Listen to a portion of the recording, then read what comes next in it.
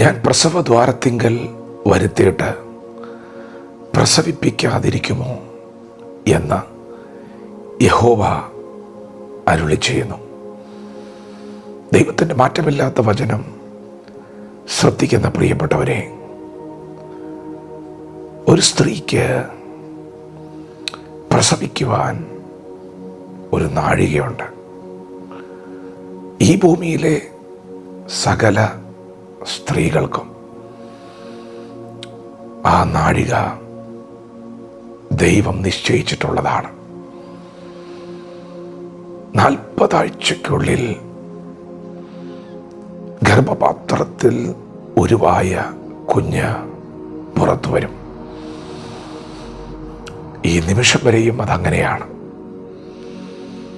അത് സ്ത്രീയുടെ നാഴികയാണ്. പ്രിയപ്പെട്ടവരെ, അങ്ങനെയെങ്കിൽ ഇന്ന് പകൽ നാം വിശ്വസിക്കണം, എല്ലാറ്റിനും ഒരു നാഴികയുണ്ട്, സമയമുണ്ട്.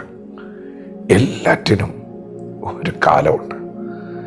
യുദ്ധത്തിന് ഒരു കാലമുണ്ട്. സമാധാനം അനുഭവിക്കാൻ ഒരു കാലമുണ്ട്. അബ്രഹാമിനോട് ദൈവം പറഞ്ഞു, നീ ബഹുജാതികൾക്ക് പിതാവാകും. ആ ദൈവശബ്ദം അബ്രഹാം വിശ്വസിച്ച് ഏറ്റെടുത്ത് മാസങ്ങൾ, വർഷങ്ങൾ കടന്നുപോയി. എപ്പോഴൊക്കെ ദൈവം പ്രത്യക്ഷമായോ അപ്പോഴൊക്കെ ദൈവം പറഞ്ഞു, ഞാൻ നിനക്ക് സന്തതിയെ തരും. അബ്രഹാമിന് ആശയ്ക്കൊരു വകയുമില്ലാതിരിക്കുന്ന തൻ്റെ വാർദ്ധക്യത്തിൽ ആശ കൊടുത്തവനാണ് ദൈവം. എപ്പോഴൊക്കെ പ്രത്യക്ഷമായിട്ടുണ്ടോ അപ്പോഴൊക്കെ ആ ആശയൊന്നുകൂടെ ഉറപ്പിച്ചു കൊടുത്തു. അങ്ങനെ ആ മനുഷ്യൻ ഒരു സ്ത്രീ തൻ്റെ ഉദരത്തിൽ കുഞ്ഞിനെ ചുമക്കുന്നത് പോലെ ദൈവം നൽകിയ വാഗ്ദത്തത്തെ ചുമന്നവനാണ്.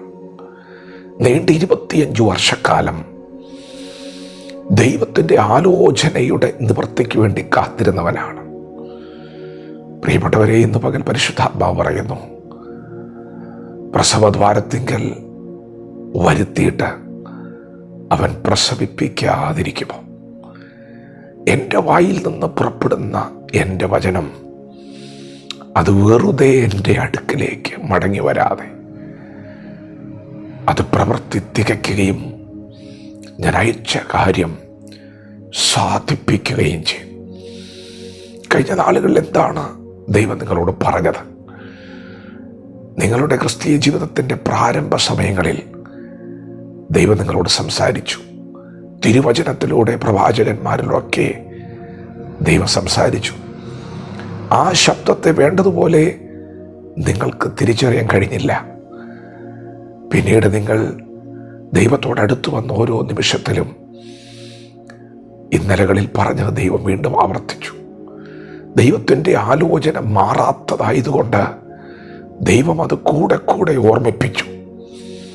ഇന്ന് പകൽ ഈ വചനം കേൾക്കുന്ന നിങ്ങൾക്കറിയാം, അത് നിങ്ങളോട് ദൈവം പറഞ്ഞ ആലോചനയാണ്. അതെൻ്റെ വാഗ്ദത്തമാണ്. ഇന്നങ്ങനെ പറയത്തക്കവണ്ണമുള്ള അനുഭവങ്ങൾ പരിശുദ്ധാത്മാവ് നിങ്ങൾക്ക് തന്നിട്ടുണ്ട്. എന്നാൽ നിങ്ങളുടെ വാഗ്ദത്തങ്ങൾ നിങ്ങൾ സാക്ഷ്യമായി പ്രസ്താവിക്കുമ്പോൾ തന്നെ നിങ്ങൾ ജീവിക്കുന്ന സമൂഹത്തിൽ നിങ്ങളുടെ ചുറ്റുപാടുള്ളവർക്ക് അത് വേണ്ടതുപോലെ ഗ്രഹിക്കാൻ കഴിഞ്ഞിട്ടില്ല. അതെ, അത് ഗ്രഹിക്കാനൊരു സമയമുണ്ട്.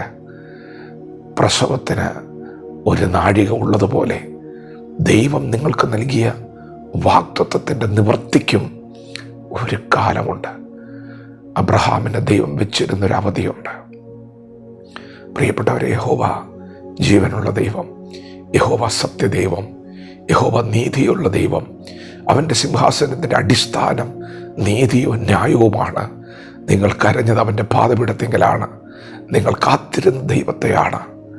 അവൻ നിങ്ങളെ ലജ്ജിപ്പിക്കുന്നവനല്ല. അവൻ നിങ്ങളെ നിരാശപ്പെടുത്തുന്നവനല്ല. എൻ്റെ ജനം ഒരു നാളും ലജ്ജിച്ചു പോവുകയില്ല. കാത്തിരിക്കുന്നവർ കഴുകനെ പോലെ ചിറകടിച്ചു കയറും. അതെ, ഇന്നത്തെ നിങ്ങളുടെ വരൾച്ചകൾ മാറാൻ പോവുകയാണ്. ശൂന്യതകൾ മാറാൻ പോവുകയാണ്. നിന്റെ ദൈവം എവിടെയെന്നൊരു ചോദ്യമുണ്ട്. അതേ, നിന്നെ കണ്ട് പകയ്ക്കുന്നവർ കണ്ട് ലജ്ജിക്കേണ്ടതിന് നന്മയ്ക്കായൊരടയാളം അതിവിദൂരമല്ല. ഇത് ദൈവത്തിൻ്റെ സമയമാണ്. ദൈവം നിനക്ക് വെച്ചിരിക്കുന്ന ഒരു അവധിയാണ്.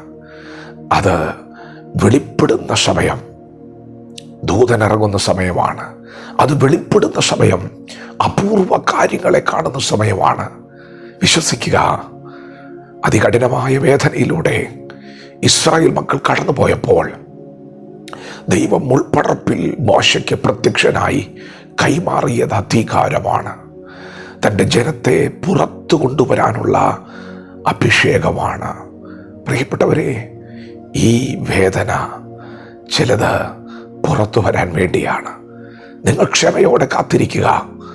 പരിശുദ്ധാത്മാവിൻ്റെ പ്രവൃത്തി നിങ്ങൾക്ക് വേണ്ടി ചലിക്കാൻ പോകുന്നു. വചനത്തോട് പ്രതികരിക്കാം. ദൈവം നമ്മെ ഓരോരുത്തരെയും ഈ പകൽ അനുഗ്രഹിക്കുമാറാകട്ടെ. ആമേൻ.